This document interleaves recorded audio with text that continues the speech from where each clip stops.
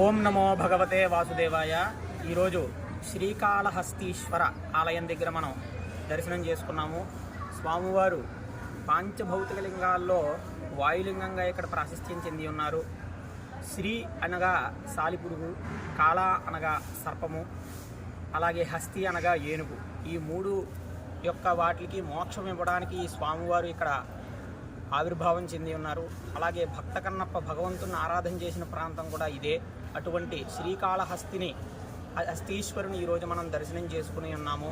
పాంచభౌతిక లింగాలు పృథివీ, ఆపహ, తేజ, వాయు, ఆకాశాత్. ఈ యొక్క పృథివీలింగం మనకి కంచిలో ఉంది. ఆపహ అంటే జలం, జలలింగం జంబుకేశ్వరంలో ఉంది. తేజోలింగం అరుణాచలంలో ఉంది. వాయులింగం మన శ్రీకాళహస్తిలో ఉంది. అలాగే ఆకాశలింగం చిదంబరంలో ఉంది. అందులో పృథివీలింగం శ్రీకాళహస్తిగా పేరుగాంచి ఉన్నది. ఓం నమ శివాయ. హస్తీశ్వర ఆలయంలో అలాగే ప్రధానంగా ఇక్కడ రాహుకాలంలో కానీ ఇతర సమయంలో కానీ రాహుకేతువులు పూజ చేసుకోవడం అనేది ఇక్కడ విశేషంగా జరుగుతున్నది.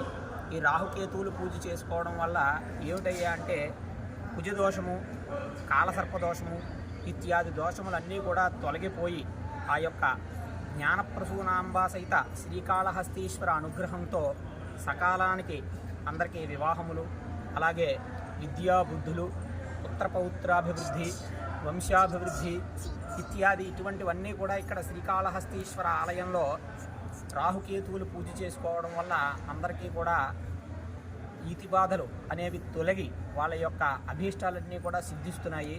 ఇక్కడ స్వర్ణముఖి నది, ఆ యొక్క నదిలో స్నానం చేసి రాహుకాలంలో రాహుకేతువులు పూజ చేసుకోవడం వల్ల కుజదోషము, కాలసర్పదోషము ఇత్యాదివన్నీ కూడా తొలగి వాళ్ళ యొక్క అభీష్టాలు సిద్ధించి జ్ఞానప్రసూనాంబ సహిత శ్రీకాళహస్తీశ్వర అనుగ్రహం కలుగుతుంది అని చెప్పడంలో అతిశయోక్తి లేదు. కావున అందరూ కూడా ఈ క్షేత్రాన్ని దర్శించి తరించవలసిందిగా కోరుచున్నాము. ఓం నమ శివాయ.